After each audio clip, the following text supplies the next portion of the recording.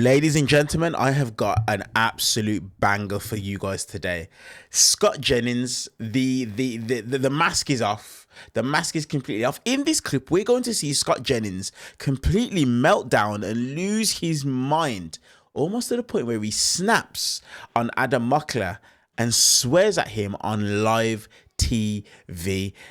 All over the Iran war and the fact that America are struggling in this war. As usual, let's watch the clip in full. I'm going to give you guys my thoughts towards the end. And make sure you stay towards the end, because that's where it happens. Let's get into it. Good evening. I'm Abby Phillips in New York. Tonight, a new question. Just how popular is this war with Iran? President Trump says that the war with Iran could take days at first if he wanted to, but then he said it would be weeks. And now he says that now that it's carried into its third month, despite higher gas prices at home and plummeting polls at home as well, Pete Hegseth is saying that America is right behind the president. When I talk to Americans, and especially when I talk to the troops, they are grateful for a president who has the courage to take on this threat after 47 years of what Iran has done, targeting and killing Americans. What I'm concerned about is we are not safer, and I would just like to know why you have not sought the support of the American people, and 3 out of 5 Americans are against this war today. I believe we do have the support of the American people, and we have briefed regularly what this mission looks like and why it's critically important that we undertake it. You don't care whether When the American people support and this war. the American people are quite smart. They understand and see through spin. They know that a regime that says death to America, that seeks nuclear weapons and the ability to deliver. Did they lie about the range of their missiles? The picture that Hegseth is painting there is wildly different from what the polling is actually showing. Just 34% of Americans support the war efforts, according to a new Reuters Ipsos poll, and just 25% say that it's worth it, while 53% say it's not. So even among Republicans, only 58% say that the benefits outweigh the costs. And despite gas prices skyrocketing to the highest level in 3.5 years, President Trump is echoing his defense secretary. And I actually think it's very popular, what I'm doing. I can tell you worldwide, the world is thanking me because I shouldn't be the one that's doing it. Other presidents should have done it long before me. And other countries should have done it. We were not helped by NATO at all. Other countries should have done it. It seems like there's a lot of wishful thinking going on here inside the administration about how popular the war is, how Americans see the war. I've looked at poll questions that ask this in all kinds of different ways, right? I read you several of them. Here's another one. In the long run, does military action in Iran make America safer, less safe, or have not much impact? Only 27% say it makes us safer. So, you know, it's either the American people are smart enough to know what they think about this war, or they're not. Well, you know, I think the Secretary Hegseth did a pretty good job. He was combative. He was firm. You know, he was kind of macho. He was also, I think, weak on strategy overall. The polls that you cite, Abby, reflect the fact that they have no end game. And I think I am distressed for the administration for that reason. I don't think they know how this is going to end. I don't think they know how they want it to end. I believe that you have a chaos at the top right now, and everyone is holding their breath. I hope that the president doesn't, in a moment of peak, decide to take out the infrastructure in Iran just because he's angry and frustrated that the thing has dragged on so long. I hope he does not do that, because I worry that nobody at this table and nobody in this country knows where the hell this thing's going. Yeah, Pete Hegseth wasn't acting macho. He was playing a macho person on TV. He is not actually macho. We are dealing with a war that is failing on a daily basis as Donald Trump has taken his machismo? Because he was performing. It was a performance for Donald Trump. Didn't you know? Yeah, it was a performance for Donald Trump. You're out there pumping up. Donald Trump is very impressive. He's taken his 2 largest campaign promises, no new wars and lower prices, ending inflation, and he's messed both of them up. He started a new war that spiked inflation, and now this war is actively failing. An interesting statistic is that Americans have spent collectively $23 billion extra on the gas pump, and that's money that could have gone towards daycare, towards childcare. We'll sit here and you'll laugh and Americans spending money, but the reality is we are failing this war. The purpose of a war is to extract political concessions from the enemy. Can you name a single political concession we've gotten from them? Anything at all? Or are you talking to me? Any political concession? Because you can't name one. So here's what we're doing. No political concessions. When you get up past your bedtime, you get hyper. Here's the deal. We let's not have a clear issue here. You're shaking, bro. We have a clear issue here. No nuclear weapons for the largest state sponsor of terrorism in the world. Period. Full stop. The president believes, and he may be right. I spoke to a retired Rear Admiral today, Mark Montgomery, who's at the Foundation for Defense of Democracies.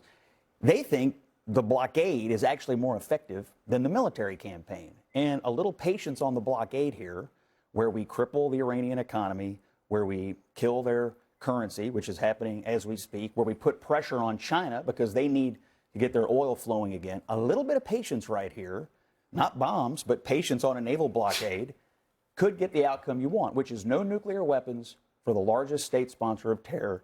You've been saying this for 8 weeks, and we are now past the 4 to 6 week deadline. Where is the enriched uranium right now? It's under rubble. Where is it right now? In the United States or Iran? Iran still has the enriched rubble. uranium. They still have the scientists scattered across their country, and they have all of the blueprints in the cloud. You can sit there and act confused, but you can't name a single political concession that we've gotten from Iran. It's not over yet. Okay, but also on that fact, why are we talking about the strategy of this? This isn't a legal war. This is terrorism. We are turning our military into pirates. We are seizing civilian vessels. Additionally, sanctioned Iranian vessels that have gone through a DOJ process.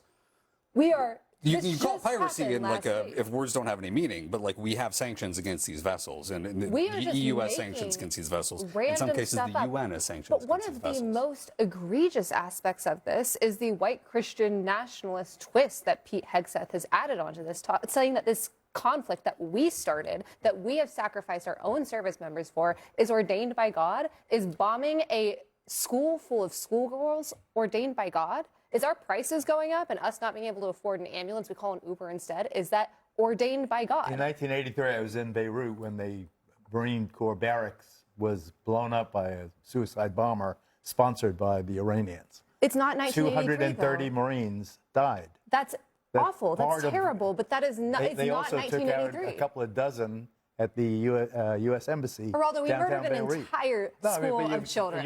You can't make 2 of them. You can't make them, suddenly a victim. Okay, the real question is, what have we gotten? I actually think the school children are victims. I think the civilians that are dead are so victims. Are the Marines. Yeah, I do. But hold on, I do think.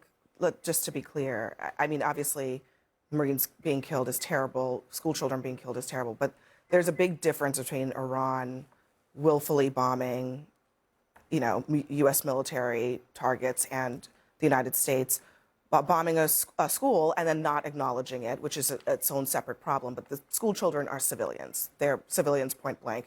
They should never be targeted.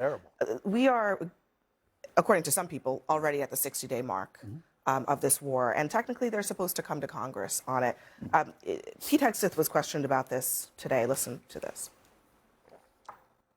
The War Powers Resolution specifies that a war initiated by a president without congressional approval must be concluded within 60 days. Ultimately, I would defer to the White House and White House counsel on that. However, we are in a ceasefire right now, which our understanding means the 60-day clock pauses or stops in a ceasefire. So you're not in. Yeah. It's our understanding, just so you know. Okay, well, I do not believe the statute would support that.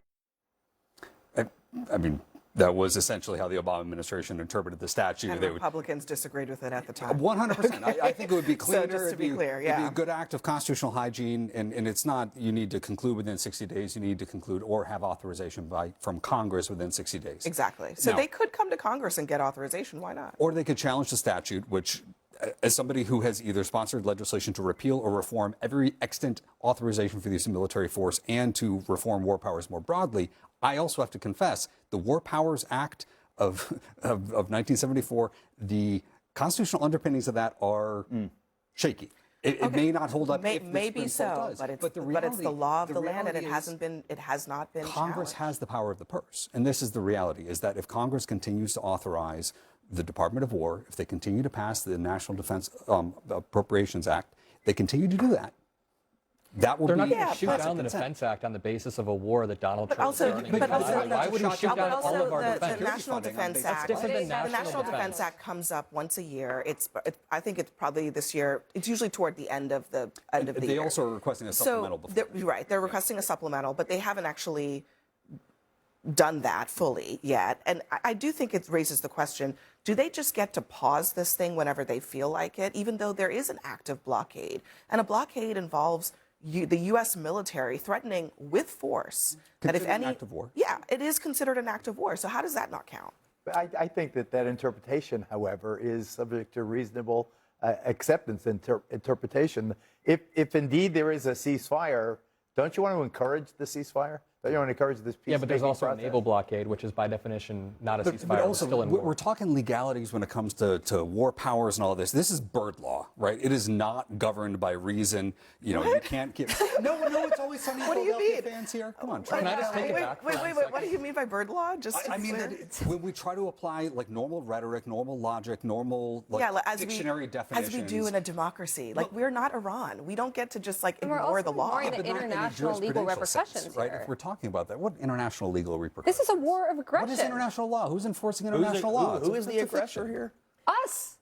We are the aggressor. Against we launched Iran? this war. Yes. Just Okay. because Did Iran all exists. Did all of U.S. history exist before the last 8 weeks to you, or just 8 It weeks? started on February 28th. Listen, we all know. I mean, honestly, they have been at war with us for 47 We all years. know that Scott Jennings is more than happy to defend a war with a country that starts with the letters IRA that we are currently failing, that is going to put us trillions and trillions of dollars more in debt. I was only a few years old while you were in the administration defending prior endless wars. Now this war is failing. 8 weeks is endless to you? Okay, you said it was going to be 4 to 6 weeks. You have the Wait a attention minute, span of a gnat? Is that Homie, what you I have? debated you on TV 4 to 6 weeks ago, and you said we were weeks away from it. Now you're making condescending remarks because you can't defend the fact that this war is not going your way. Wait, one more time. Not Can you going your name way. one political Get your concession. fucking hand out of my Name one face, political first. concession. Whoa, guys, Honestly, I'm excuse not me. going Hold to on, have hold this guy's hand Everybody, in my face. everybody, hang tight. Honestly.